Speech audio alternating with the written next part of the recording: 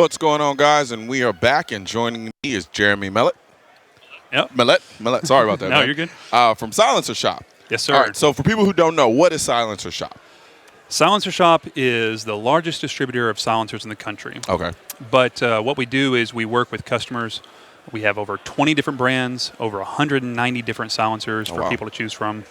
And But a lot of people didn't realize there were that many silencer choices to choose from. Yeah. No, and the great thing about us is you think about us like a car dealership that carries all the different manufacturers. Okay. All right. That's kind of how you guys are? Yeah, exactly. Okay. So now with SHOT Show's really not usually politicized in a lot of ways. The NRA show tends to be a little bit more politicized for obvious reasons. Right. But a lot of people are talking about the Hearing Protection Act, and for good reason, right? Yep.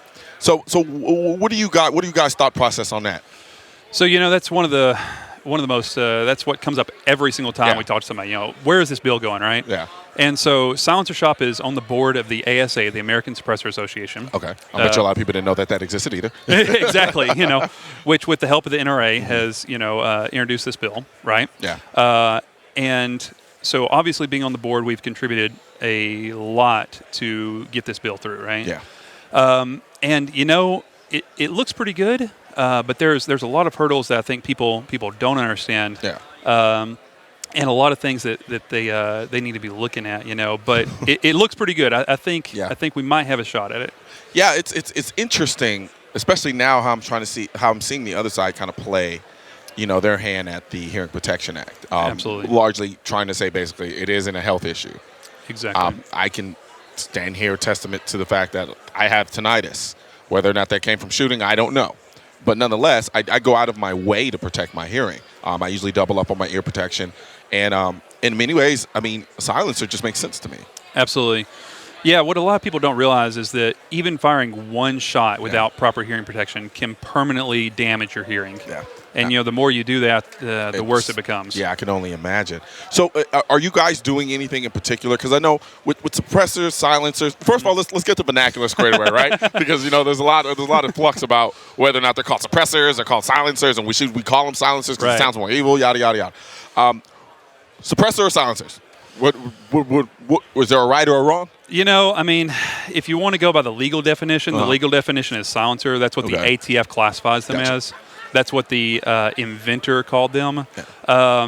Suppressor is like the politically correct term. In England they call them moderators. Really? Yeah. I didn't know that. I did not know that. The slang is calling it a can. So suppressor, can, muffler, silencer, whatever you want to call it. Okay. Yeah, it doesn't matter. Gotcha. So now with that being said, like for people who don't understand, how do suppressors or silencers work? Because I think one of the biggest battles that's going to come from the Hearing Protection Act is getting people educated about suppressors and silencers, because I think a lot of people's idea of them come from the movies. Exactly. Right? And we all, well, at least you and I know, and a lot of people here know, that they don't necessarily work that way. 100%. Yeah. So, a silencer takes it from that 160 plus decibel range and brings it down under 140 and makes it hearing safe for a peak impulse. So a lot of people are like, hey, wait a second, 140 isn't hearing safe, Well, by OSHA standards, it's not for duration. Okay. Yeah, but by peak, it is hearing safe. Because I think people tend to oversimplify the noise element and just decibels in general, because I have a hard time even understanding it to a degree, how the decibels work. Because, you say 140, you're like, wait a minute. Yeah, what does that mean? Yeah, right? But then, over a period of time, for a long period of time, 140 is pretty bad. Absolutely. But, 140 for a moment, no damage? No damage. You want to really keep it under 140. Gotcha. But, a 22 unsuppressed is about 140 to 142 for a 22 rifle. Okay. So even shooting that unsuppressed can cause hearing damage. Yeah, because I do know a lot of people who, they don't really do much in the way of ear protection when they're shooting 22s, which I think is a problem. Like, it is. Wear ear protection all times. So how would you go about talking to someone who comes to you and says, you know what, why does anybody need a suppressor? Like, okay, I hear it, or you want to make the gun quieter, but why? Why do you need a suppressor? The real reason is not just for your benefit, but for everybody else's. Gotcha. Right? Because, even if you're at a range, people walk on the range all the time not wearing hearing protection.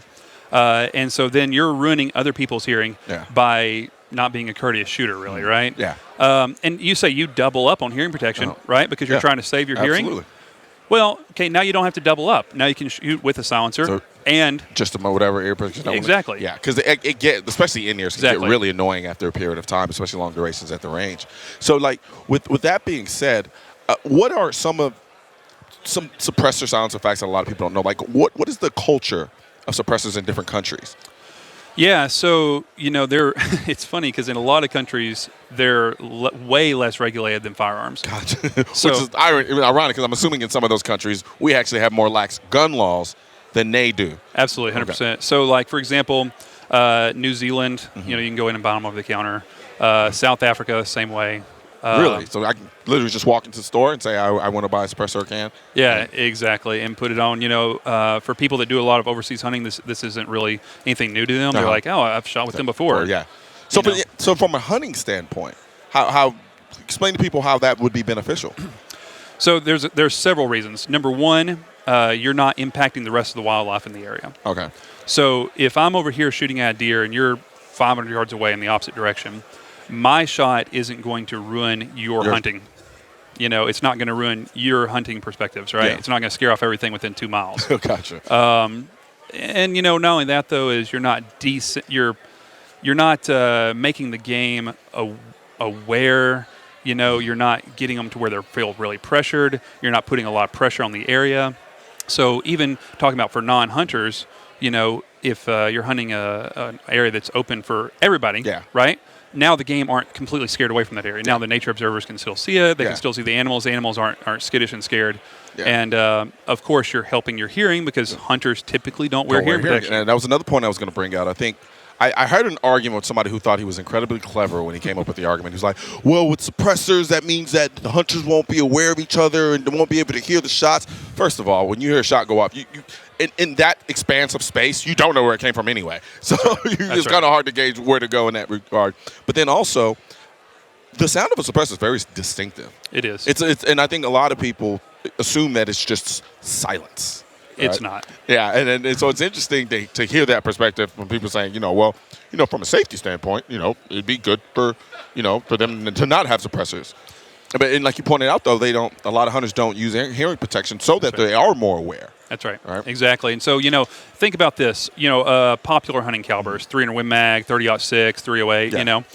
With a silencer, that's still about as loud as a .22. Pretty much. Yeah, I mean, it's right there. Yeah. It drops it down into the 130s, but it's the high 130s. Yeah. So, if you say, oh, it makes it silent, it's like, I can hear a 22 pretty far away. I'm just saying. I started hearing 22s going off. I'm like, okay, what's going on here, right? Just lost. Did I lose my sound? I just lost sound. Okay. So I don't know if you can hear me or not. I can hear. Yeah. No. So I think that's a good point to point out. Is this notion or this perception that silencers make guns silent, and I guess you can't really blame people who don't know anything at all. You hear silencer, and then I'm watching James Bond movies, and all I'm hearing is pew pew. Exactly.